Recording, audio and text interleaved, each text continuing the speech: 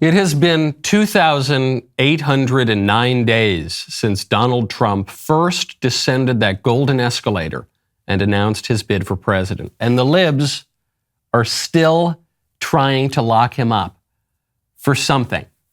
Anything. First, they spied on his campaign. When that turned up nothing, they launched a special counsel investigation to nab him for allegedly colluding with the Russians. When that didn't work, they impeached him for allegedly colluding with the Ukrainians. When that didn't work, they impeached him again for allegedly trying to overthrow the government. When that didn't work, they impaneled a grand jury in Georgia to investigate him for allegedly pressuring the Georgia Secretary of State, Brad Raffensperger, to challenge the results of the election. That is where we are now. And here is the foreman of that grand jury, Emily Coors, explaining on national television what she hopes will come of the investigation. After everything that you've seen, what would your reaction be if the DA decides against bringing any charges after what you've seen? I will be sad if nothing happens. Like that's about my only request there is for something to happen. I don't necessarily know what it is. I'm not the legal expert.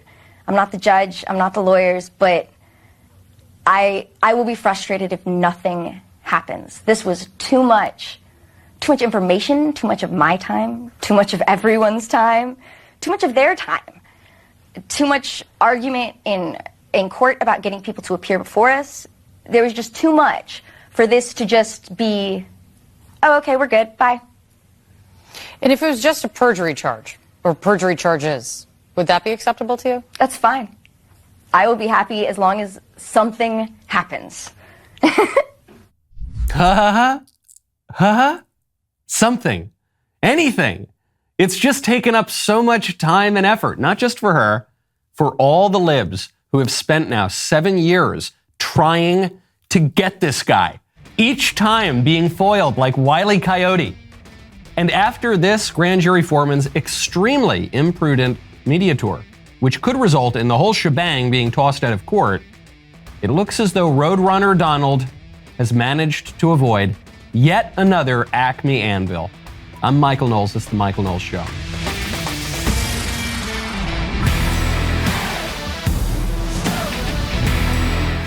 Welcome back to the show. My favorite comment yesterday is from Carrie Art 7, who says, this video had so many bleeps, you'd think Michael was doing a rap song. No, the difference is that my show is actually subversive to the regime that we're living under, whereas rap music, which pretends to be subversive, is not at all subversive. It actually just promotes and upholds that regime most of the time.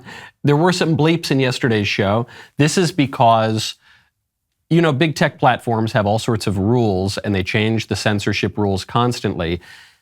And I don't like to be censored. It's kind of funny because I am the most pro-censorship in principle conservative possibly out there. I wrote a whole book about it called Speechless, Controlling Words, Controlling Minds, available now to order.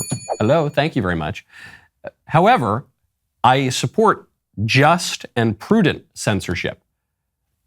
Weird porn stuff, obscenity, threats, fraud, all that stuff should be censored. But I am very opposed to unjust censorship. And so when some big tech platform has some absurd and unjust rule about censorship, I am not going to keep my mouth shut. Even if they threaten to strike my account again, to take down the video, at the very least, I'm going to make clear what the censorship is and then direct you to dailywire.com/Knowles if you want to see the raw, uncut, unbleeped edition. I'm like a cool rapper in the 90s. You know, you got to head over there for the 17 plus rated R kind of version of this show, okay? Now, you can do all of that from the comfort of your home. You can also have your propane tank changed from the comfort of your home. That's why you got to check out Cinch. Right now, go to cinch.com, use promo code Knowles. You need to get a million things done today. If there are ways to help you accomplish your ginormous task list, why wouldn't you jump on that? Cinch is a propane grill tank home delivery service. They deliver propane tanks right to your door. Cinch delivers on your schedule. No long-term commitment or subscription is required. Plus, delivery is completely contactless. You don't have to be home to receive the delivery. You can track the order on the Cinch app from anywhere. Whether you're grilling, camping, or enjoying a cozy fire on a cold winter night, Cinch's propane delivery service ensures that you have the fuel that you need to make the most of every moment. Go online to cinch.com or download their app to order. New customers can get their first tank exchange for just $10 with promo code Knowles, K-N-W-L-E-S. Go to cinch.com or download the Cinch app and use promo code Knowles to get your first tank exchange for just $10. CYNCH.com, promo code Knowles. The weather is warming up. We're getting ready for a nice grill season. It's a limited time offer. You must live within a Cinch service area to redeem it. Go to cinch.com/offer for details. What is the Georgia grand jury even about? I had to remind myself of this yesterday. I said, wait, hold on. They got him now. They're so close to getting Trump again for something. And then, foiled again at the last moment by this eccentric grand jury foreman. But wait, what are they getting him for now? And the grand jury in Georgia is about a phone call. On January 2nd, 2021, so just after the 2020 election, it's an hour-long conference call that then President Donald Trump had with Georgia Secretary of State Brad Raffensperger. And according to the reporting, it was Trump pressuring the Secretary of State to cheat, to change the results of the election, to hand it to Trump when Biden really won it. That's not what happened. That's not even, if you look at the details of what the liberals say about this phone call, that's not what they say happened. What the liberals say about this phone call, we have the transcript of it, is they say that Donald Trump said this. What I want is this. I just want to find 11,780 votes, which is one more than we have. The margin of defeat at that point was 11,779 votes, which is one more than we have. Now, if the sentence ended there, you might say, okay, well, maybe he's pressuring the Georgia Secretary of State to just make up a number and add it to Trump's tally to steal the election. But that's not where the sentence ends. He says, I just want to find 11,780 votes, which is one more than we have, because we won the state. He's saying we won the state, and the tally doesn't reflect that. Now, you might disagree. You might say Trump was delusional. You might say there were no shenanigans in Georgia. You might say that there were no pipes bursting in the middle of the night and that the poll watchers were watching everything, and it didn't take a very long time to count those ballots, and there weren't all sorts of shenanigans in Georgia that it would appear that there were. I certainly think there were a lot of shenanigans in Georgia. But you might say, I totally disagree with Trump. That's not the point. The point is, what was Trump saying on the phone call? Trump was saying, we won the state, and I want the tally to reflect that. That's a very different thing than saying, we lost the state, but I want you to cheat and pretend that we won it. So the whole controversy, I think, is laughable to begin with. And now we are seeing just how laughable it is when this grand jury foreman is exposing it as a witch hunt. This woman, Emily Coors, who is the top juror now on this grand jury, she divulged some information that she probably shouldn't have. Not just about Trump, but about all sorts of indictments that may or may not come down. Is it, would you say, when it comes to, there are indictments recommended, of course. Is it more than 12 people? Is it more than 20 people? I think if you look at the page numbers of the report, there's about 6 pages in the middle that got cut out. Allow for spacing. It's not a short list. Not a short list. Did you personally want to hear from the former president? I wanted to hear from the former president, but honestly, I kind of wanted to subpoena the former president because I got to swear everybody in. And so I thought it'd be really cool to get 60 seconds with President Trump of me looking at him and being like, do you solemnly swear? And me getting to swear him in. I kind of just thought that would be an awesome moment. It's not a short list. She's talking about all sorts of things that she should not be talking about. She's talking about witnesses that they saw. She's describing the witnesses. She said, I found some of them credible. Some of them I found funny, saying all sorts of things she shouldn't say. And then what's that at the end? I just really want to be able to swear in Trump. Wouldn't that be awesome? Wouldn't that be so awesome? This might destroy the entire prosecution case against all of these people. They might have to throw the whole thing out. And then here's the kicker on top of it. The kicker on top, I got to give credit to Jack Posobiec for this. Jack found a Pinterest account that would appear to belong to this woman. And the Pinterest account includes different Pinterest boards about witchcraft. So there's one about Wicca, witchcraft, paganism, all sorts of occult, weird spiritualist practices, pages and pages of this, which means because all nature is but art unknown to thee, all chance direction which thou canst not see. What that means is this is a literal witch hunt. And it's not a witch hunt in the sense that people are hunting witches. It's a witch hunt in the sense that witches are hunting Donald Trump. It's an actual, you can't even, if a Hollywood scriptwriter turned this into a producer, the producer would reject it for being too outrageous and too on the nose. They would say, oh no, this grand jury foreman character, this is too absurd. This would never really happen. They would never say these things on national television. She couldn't be an actual witch. No, come on. But that is what's happening. It would appear to be a literal witch hunt, which it always has been. Trump, for his part, is looking great. Trump yesterday went to East Palestine, Ohio. Pete Buttigieg hasn't been there. Joe Biden hasn't been there. Joe Biden's been too busy palling around with his buddy Vladimir Zelensky in Kiev, so he hasn't had time to go visit his own citizens in Ohio after a train derailment poisoned the air and the water in that town. That's flyover country. Biden's not going to make it there. So Trump shows up, and Trump makes a few different stops in the town, one of which, my favorite of which, is in a McDonald's. Hello, everybody. That's a nice, beautiful looking group of people. So I know this menu better than you do, okay?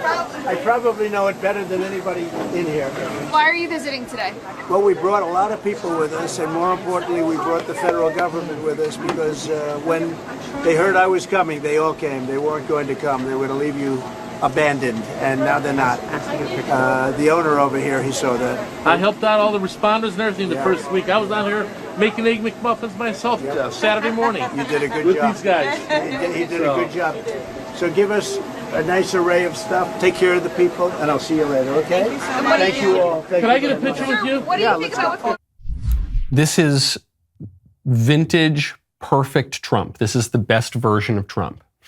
When Trump shows up to a McDonald's and he says, listen, great to be with you all. I love being here. I know this menu better than you workers do.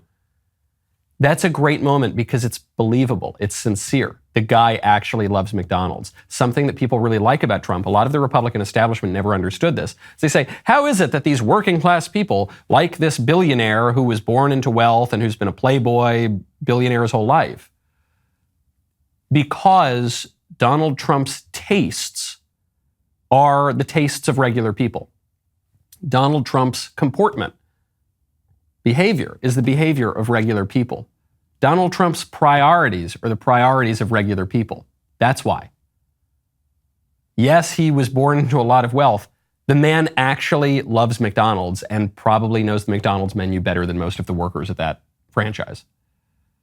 Yes, Donald Trump was born into wealth and into high society, but for one, he wasn't exactly accepted by the elite society in New York.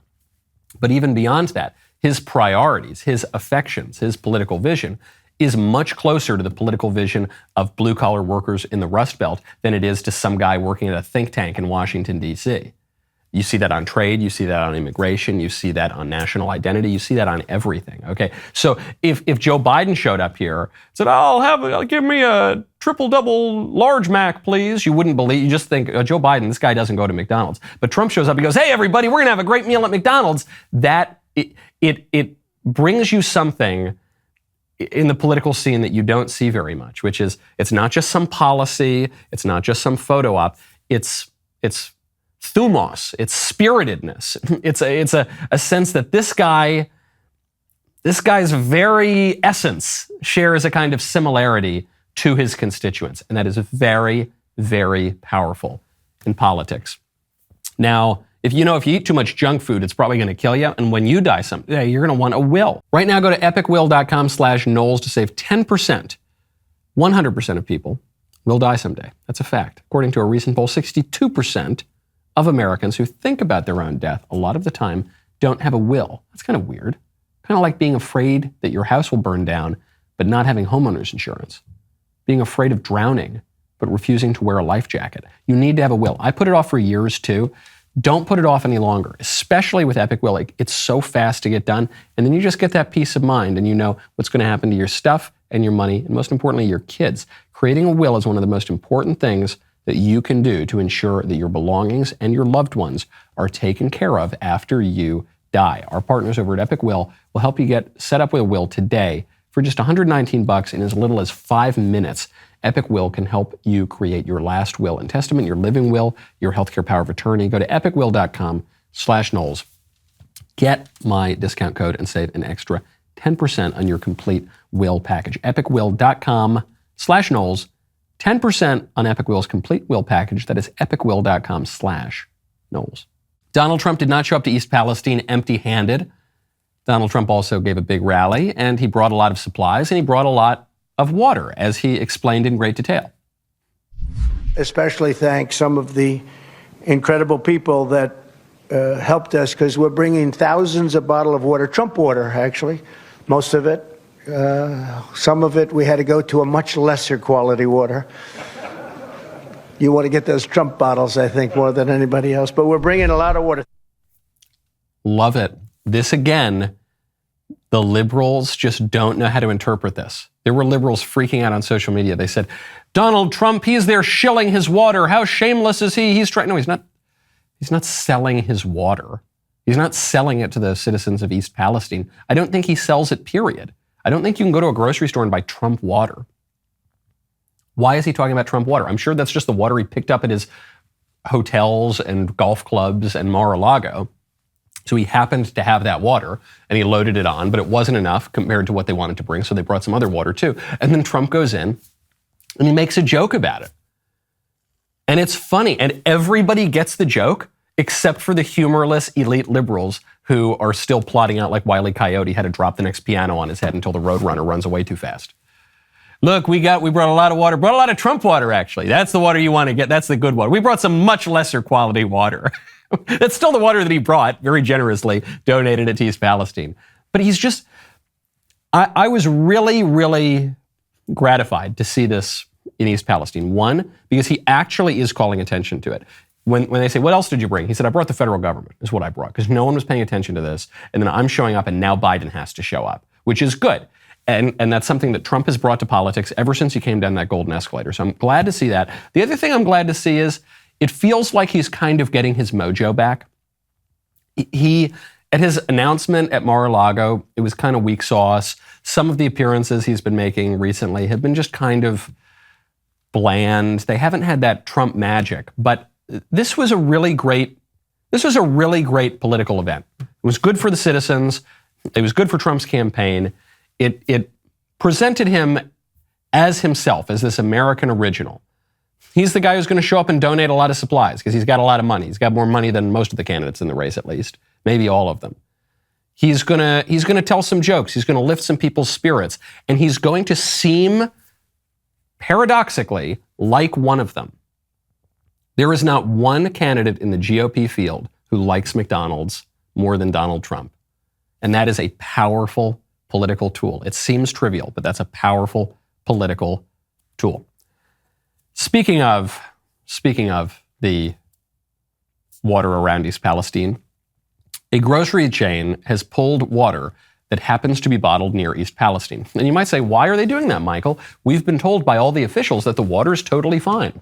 Remember, the EPA administrator comes in and says, that water around East Palestine, where they just dumped a gazillion gallons of chemicals that are extremely toxic and some of which were used as poison gases in World War I. Yeah, no, it's fine. Drink the water. You're all good. And then what happens? J.D. Vance, the Republican senator, shows up. He's looking at some water. He throws a rock in a creek, and then everything looks like an oily rainbow. There are clearly so many chemicals in the water.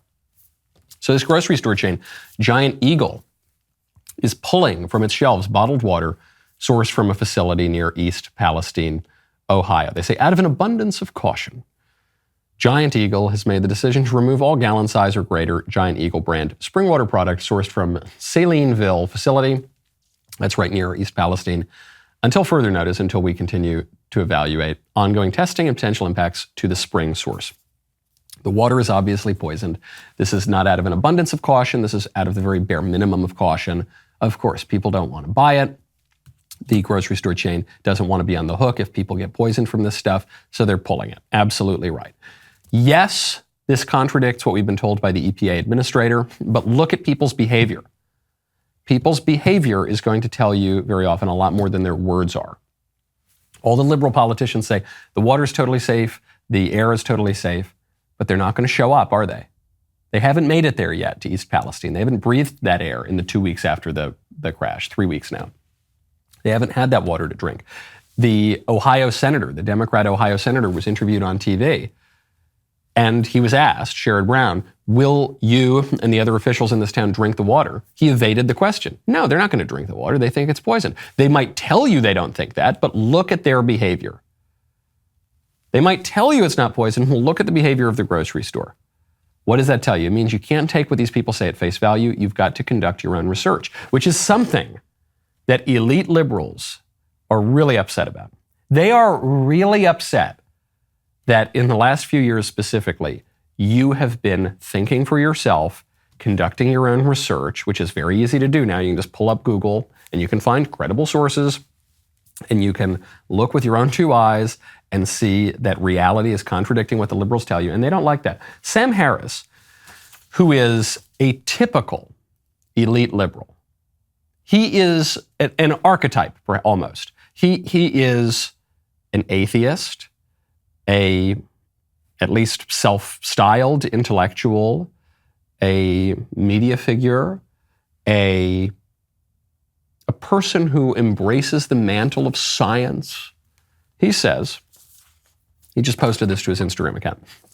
During the pandemic, we witnessed the birth of a new religion of contrarianism and conspiracy thinking, the first sacrament of which is to do your own research.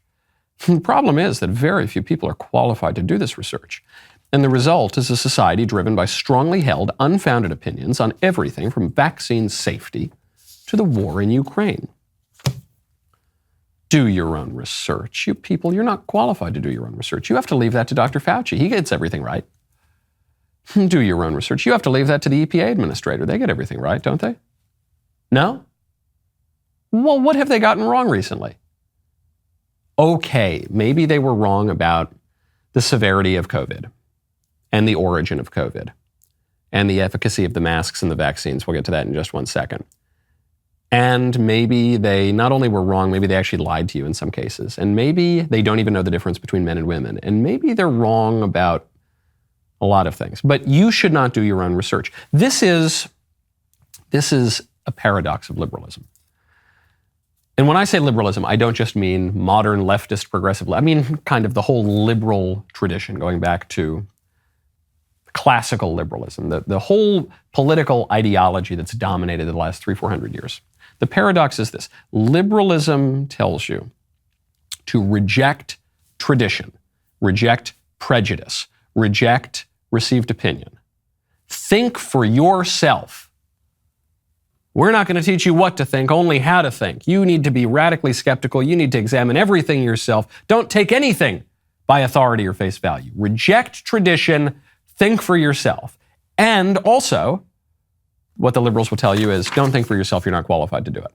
The paradox here is that when you reject tradition, and when you think that you can know everything that there is to know only through your unfettered reason, you will end up losing both tradition and reason. You will not have tradition to guide you. You'll lose that, and you won't be able to think for yourself. The conservatives offer an alternative to that. The conservatives say, don't reject tradition. Don't reject prejudice. Don't reject received opinion. Actually, the people who came before you for the thousands of years of your tradition, maybe their accumulated wisdom might be a little more interesting than the random thought you had last night at 2 a.m. Maybe there's something you can learn from all of the generations going back millennia, from all of the wisdom accumulated over the ages. And then think for yourself. Apply all of that wisdom, all of that knowledge, and use your own faculties of reason there. The paradox of liberalism is that the liberals, who say that they are the most independent thinkers in the world, are the least likely people to think for themselves. And this is not just some cheap political shot that I, a conservative, am making about them. Sam Harris, A leading public liberal is telling you that's what liberalism says. Sam Harris is admitting that for most people, they cannot think for themselves. That's his view as a liberal. That's not my view as a conservative. And if you look at the liberals who insisted follow Fauci, follow the EPA, follow the WHO, follow for the last 3 years, and you look at the tinfoil hat conservative, conspiracy theorist contrarians, who's been more right? The conservatives, the contrarians, the conspiracy theorist, crazy tinfoil hat people have been right statistically 100% of the time. And those liberal geniuses following Sam Harris and the rest of these people have been wrong statistically 100% of the time in recent years.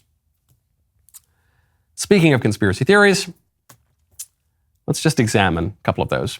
Remember, and this speaks to exactly what Sam Harris is talking about. These contrarian conspiracists, they question the science on vaccines. These contrarian conspiracists, they question the science on masks. Okay, new study out from George Mason, examining the efficacy of vaccine mandates citywide. I'm just quoting from the study. You can bleep me if you want to, social media platforms, but this is just what the study says. This is the science. I'm following it. These mandates, the vaccine mandates, imposed severe restrictions on the lives of many citizens and business owners, yet we find no evidence that the mandates were effective in their intended goals of reducing COVID-19 cases and deaths. Researchers evaluated New York, LA, Boston, Chicago, New Orleans, Philadelphia, San Francisco, Seattle, and Washington, D.C.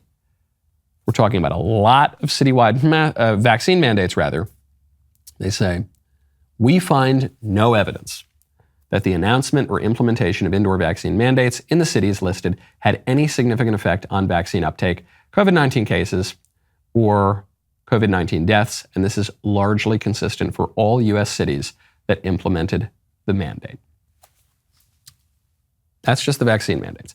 The vaccine mandates that when they came down, some of us, I'm not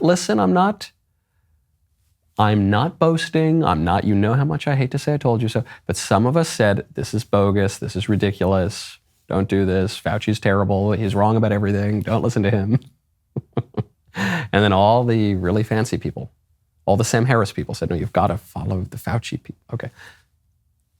We were totally right.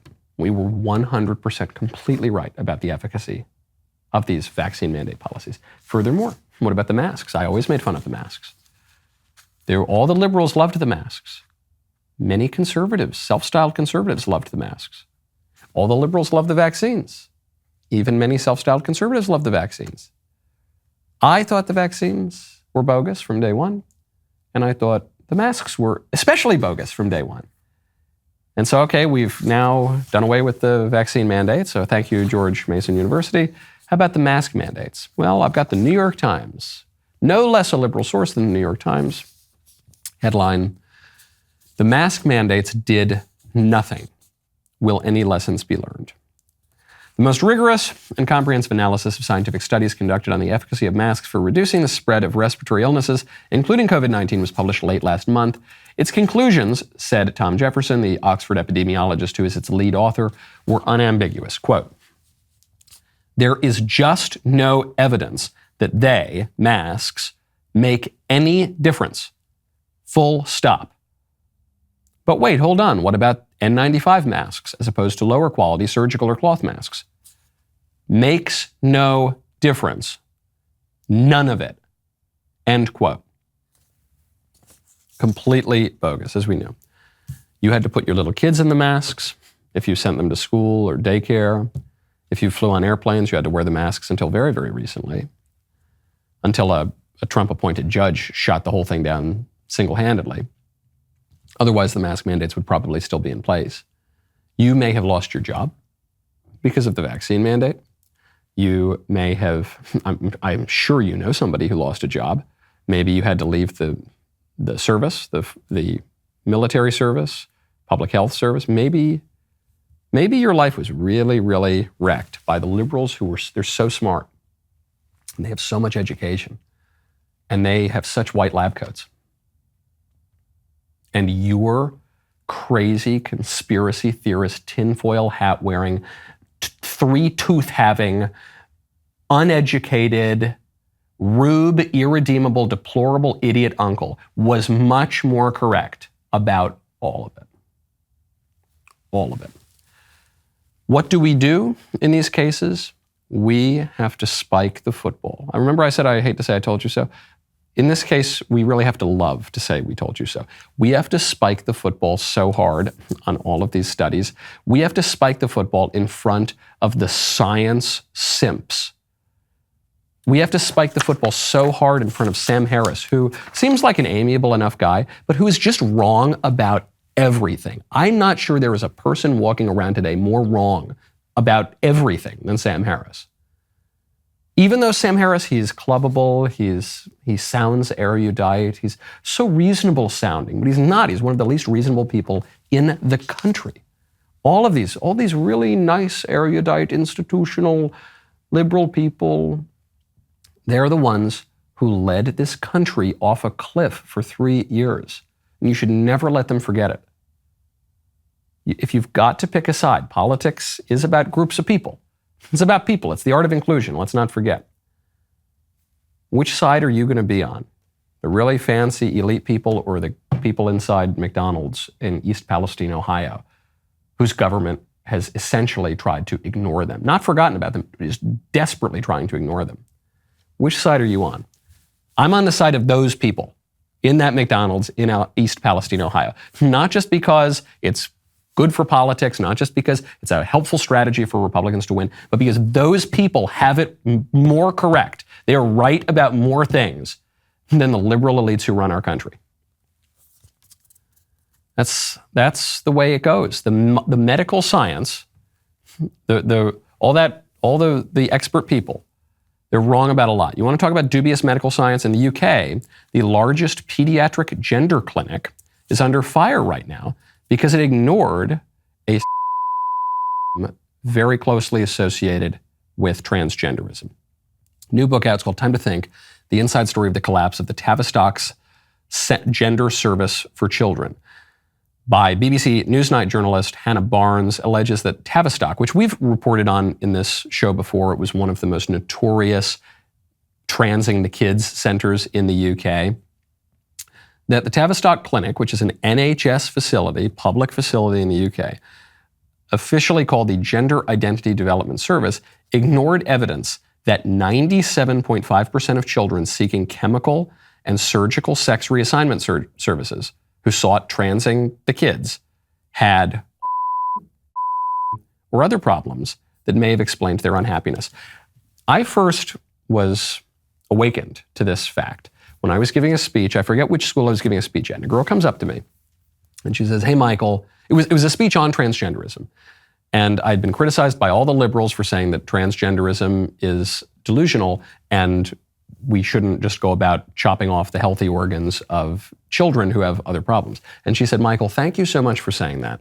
I was gender dysphoric for years, and I really wanted to identify as a boy, and I talked to counselors about this." And she said, "Fortunately, I have a strong, good family, and it's a good Catholic family, and we have a good priest, and the priest in my family told me, you are not really a boy. You've definitely got some problems, but whatever your problems are, you are not really a boy. So there's got to be some other explanation." And they push back on the doctors who are peddling this gender madness, and they say, no, there's got to be some other explanation. And what happens? The girl tells me she had undiagnosed autism. And apparently, according to perfectly scientific and credible and journalistic reports, a lot of people, a lot of young people who think that they are the opposite sex or have that are not symptoms of gender dysphoria, they are probably more fundamental underlying conditions. And when you treat those conditions, the gender dysphoria is greatly alleviated. That's what this girl told me. And for a doctor to have a troubled kid come in, and the kid comes in and says, "Hey, doc, I've got all these social problems and all these And so I think the solution is you should pump me full of chemicals, stop my puberty, later on down the road, chop off my genitals. The doctor says, yeah, that seems like the simplest solution. Okay, go get the knives ready, let's go. That is such insane medical malpractice. We talked yesterday on the show about how a detransitioner in Canada is suing her doctors. Great, sue all these people, sue them into the ground, remove their licenses, keep them as far away from the doctor's office and certainly from the surgical room as possible. Speaking of wielding the politics to this effect, this is the sort of thing you're seeing right now down in Florida. So we talked about how Trump is doing a great job setting himself up for 2024. Here's how DeSantis is doing a great job setting himself up for 2024. There is legislation being proposed in Florida by a state senator there that would hold businesses responsible for the cost of detransition care. So you can never really detransition. There are still going to be plenty of physical effects if you pump yourself full of hormones, certainly if you chop off your organs. But there are certain procedures you're going to have to try to reverse some of the damage. The legislation would force companies who provide sex change treatment to also pay to reverse the sex change surgeries. This is Senate Bill 952. It's called the Reverse Woke Act, filed by Republican Senator Blaise Ingoglia. I love this bill. It would make those employers accountable for the full cost of detransition care, even if an individual is no longer working at that company. If the individual were working at that company and had access to insurance or some stipend to get the transgender surgery, that worker could go back later and say, hey, you owe me money to go back. Ingoglia says woke businesses need to be held accountable when offering to pay for gender-affirming surgeries in other states, such as California, because they are nothing more than political decisions masquerading as healthcare and human resource decisions. The squishes are going to say this is an undue burden on businesses. I say this is actually a great help to businesses, which we'll get to in 1 second. First, though, folks, you know, it is no secret that the libs hate our country. They want to rewrite history. They vilify our heroes. They omit key details from the historical record, such as the fact that on Christmas night, 1776, General Washington crossed the Delaware River in a sneak attack against British forces after shaving with a Jeremy's razor. Many people don't know that. You're not being taught that in school. That's a sad reflection on our great nation going woke. But like General Washington before us, you can fight back against woke tyranny simply by picking up a magnificent Jeremy's razor during our 30% off President's Day sale. It's time we celebrate history. We don't cancel that history, okay? You can even see it if you look really closely in the painting. You can see General Washington. He's got his one arm up there while he's crossing the river. And then in the other, kind of just in the back, you can see him shaving with that nice Jeremy's razor. Go to jeremy'srazors.com today. Get 30% off any razor. jeremy'srazors.com today. The squishes are going to say that this bill in Florida goes too far. The government shouldn't be punishing businesses. Well, it's not the business's fault if they have an insurance plan and the insurance plan then covers the transgender surgery. Now some worker's going to go back and sue the business. This is not an undue burden on business, first of all. As Senator I want to make sure I pronounce this beautiful Italian name correctly. As Senator Ingoglia says, these are political decisions masquerading as business decisions. So this is political. When you've got people in your society lopping off their genitals and pretending to be the opposite sex and receiving protections for that, that's a political matter. That's not just a private enterprise kind of matter. That's first of all. But second of all, in practice, this does not put an undue burden on the businesses. It actually gives a lot of protection to the businesses. Right now, in this unregulated environment where we say, well, look, if you want to chop your genitals off, that's totally fine. No, but just don't make me pay for it. In that environment, the businesses have to face a choice. Do they have an insurance plan that covers these kinds of surgeries? Do they not? Are they going to face blowback from their employees or from the broader public if they do or they don't? What if, let's say, the business owner has a strong religious, moral, biological opposition to this sort of thing, bioethical opposition to this sort of thing, and yet he can't find an insurance company that does not cover the cost of this care. You've seen this sort of issue before with, let's say, a Catholic business or charity wants to get insurance for the employees, and yet all of the insurance covers abortions or contraception or all the rest of it. Catholics say, well, we can't do that. That violates our moral conscience. We can't give our money to support that sort of a thing. Well, you can certainly see this here with the transgender madness, where 80% of the country thinks it's ridiculous. Well, what this law would do is give the businesses cover and say, oh, look, we can't do it. We cannot provide transgender surgery to our employees. The legal liabilities are just too much. Our hands are tied by the government. Oopsie daisy. Okay then. Sorry, go away. This is a great use of limited government. It's not small government, but it's government within its proper limits. And certainly it is up to the government, which in a self-government means the society, to set the answers to certain basic questions like what is a man and what is a woman. If we can't do that, then we don't have any government at all. Then it's just pure anarchy. And when it's pure anarchy, it's going to end up in pure totalitarianism because someone's going to wield that power if we're not going to do it. So I love this law. I think it's great. DeSantis should back it. The rest of the Republicans should back it. I am all about it, baby. It's good for the people, it's good for the state, and it's good for business. Speaking of state houses doing great work, the Indiana House of Representatives just passed an amendment saying that state dollars cannot go to fund a sex institute at the Indiana University campus in Bloomington. At Indiana University in Bloomington, there is an institute called the Kinsey Institute. If that name sounds familiar, it's because it's named after Alfred Kinsey, who is considered the father of the sexual revolution. He was a total perv and a weirdo. He's probably most famous for overestimating the number of homosexuals in society, or maybe just inflating the numbers artificially to try to encourage more of a sexually liberated culture, as they call it. But he's a controversial guy for a lot of reasons. One, he was a prolific porn collector. This actually ended up with a Supreme Court case that was not resolved until after he died. He was a pervert. He was just a sex-obsessed weirdo. And he also investigated children's reactions to sexual molestation.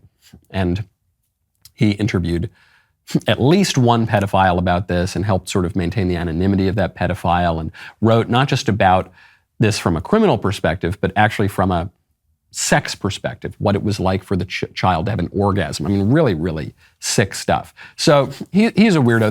That alone should be enough to ostracize him from society and history. But put that aside for a second, because that's going to be one of the big arguments to defund this institute, is that this guy's a total weirdo and we should cancel Alfred Kinsey, which we should. But let's put all the ugliest, most hideous, potentially criminal allegations aside for a second. Let's just ask a basic question. Why should Hoosiers be forced to spend their taxpayer money on some weird sex institute? If the people of Indiana don't want to waste their money paying weirdo academics to poke and prod into weird sexual inclinations, and by the way, in so doing, try to normalize a lot of behavior that's not normal, why should they be forced to do that? Well, because of the pursuit of science. No, listen, I think we got bigger scientific problems than figuring out how to titillate decadent, depraved people even more. I think we got bigger issues, right? Aren't we on the brink of World War III? Haven't we poisoned the air and the water in East Palestine, Ohio? I think there are better applications of medical science than this. If the Kinsey Institute wants to keep running, it can get private funding, I guess. Or they can just shut it down entirely, which would probably be for the best. But fine, you want to let it keep running? Okay, fine. Why on earth should Hoosiers have to pay for that? How is it the case that we have reached a moment in liberalism where we are told the people of Indiana absolutely have to give their taxpayer money to let these creeps do sex experiments? This is one of these paradoxes of liberalism. Liberalism, which tells you throw off all the tradition, think for yourself. Actually, you can't think for yourself. Now liberalism says you have self-government. No kings, no tradition. No, you do whatever you want to do, except for that. Except for you're not allowed to choose how to fund sex institutes. You're not allowed to choose your COVID policies. You're not allowed to choose your bureaucrats that actually make all your laws. You're not allowed to choose your foreign policy. You can't do any. You're not capable of doing that. But you have self-government. That's another one of these paradoxes of liberalism. in the name of freedom, the name of liberation, liberalism, people become much less free. People were in many ways much freer before the advent of liberalism, classical or modern, than they are today. Defund that institute. Good job. I love what these state houses are doing around the country. Now, speaking of foreign policy and speaking of political interest, there was a really, really interesting speech from Vladimir Putin yesterday. And I know we're not allowed to say that anything he says is interesting. We have to say that everything he says is a filthy, dirty, rotten lie. But that's actually not going to help you defeat Vladimir Putin. That's not going to help anything about the war in Ukraine. And it's not honest. The fact is, Vladimir Putin is a very, very sophisticated statesman and political actor. And we ignore that fact, and we deny that fact, and we pretend every year we find out, Vladimir Putin, he's got a terminal illness, he's going to die in 2 weeks. There's always that propaganda coming out of the West. They've been doing it for 20 years. It hasn't happened. How about we confront the real man and the real threat that he poses? Maybe that will help us out a little bit more than our previous policy, which only really seems to have helped Putin and really seems to have weakened the West so far. Vladimir Putin was giving a war address about now the 1-year anniversary of the war in Ukraine. I will translate, or I think actually there is a translator dubbed over in this speech, assuming that many of you don't speak Russian out there. Here is the rationale for continuing the war in Ukraine, according to Vladimir Putin. This is very important. And when we're protecting our interests, our people, when we're protecting our language, culture, our territory, everyone, all of our people are defenders of the motherland. And we thank them from the bottom of our hearts. And I congratulate you on the coming holiday, the day of the defender of the motherland. This is great propaganda. And I've been talking about it for the last 2 days now on this show. The best propaganda is the kind that's true, or that at least has a lot of truth to it. We think of propaganda as being total lies. When we call something propaganda, we mean to say that's dishonest, that's false, that's a lie. No, the best propaganda is the kind that is somewhat or largely or even entirely true. And Vladimir Putin, he's a master of political propaganda. There are reports out that he apparently filled that stadium with people, or the organizers at least did, who they paid off. They gave them food and they gave them $5 or $10, and they said, hey, come in and just wave the flag. But okay, that's politics, that's show business. What does he say? He says that the Russian troops are fighting for our interests, our people, our language, our culture, our territory. That's a very compelling thing to be fighting for. The way that we give speeches in the West, certainly the way that the liberals give speeches. That's actually not the way Trump gives speeches, but it's the way that the liberals and many of the squishy Republicans, they say, we're fighting for freedom. We're fighting for democracy. We're fighting for this abstraction. We're fighting for that abstraction. We're fighting. They always use the language of modern liberalism. Pie-in-the-sky isms. Things that seem fairly disconnected from the real lives of real people. Trump really shook that up. He came in and he said, now I'm fighting for people. Okay, I want to lock up the border. I don't want to talk about free trade in the abstract. I want to talk about manufacturing jobs. I want to talk about the Rust Belt. I want to talk about American interest. When he said, we're going to put America first, that's what he was saying. He's saying, we're going to prioritize the interests, people, language, culture, territory of the American people over these abstractions. Even language. Think about how many Republicans now don't even care if we have a common language in America. Forget about a common culture. Forget about a common territory. What territory do we have? We don't have a real border. That's very persuasive propaganda from Vladimir Putin. And the West ignores that. And the West refuses to learn lessons about that, to our own peril. Now, today is, Woke Thursday? I don't know. We're getting all the days totally jumbled up. Woke Wednesday is now Woke Thursday. But Mr. Davies tells me that there is a podcast clip from some lib that I absolutely have to listen to. I apparently haven't listened to it yet. The rest of the show continues now. We'll be chatting with you in the creme de la creme, inner circle, member block. Go to dailywire.com/Knowles. Use code Knowles at checkout for 2 months free on all annual plans.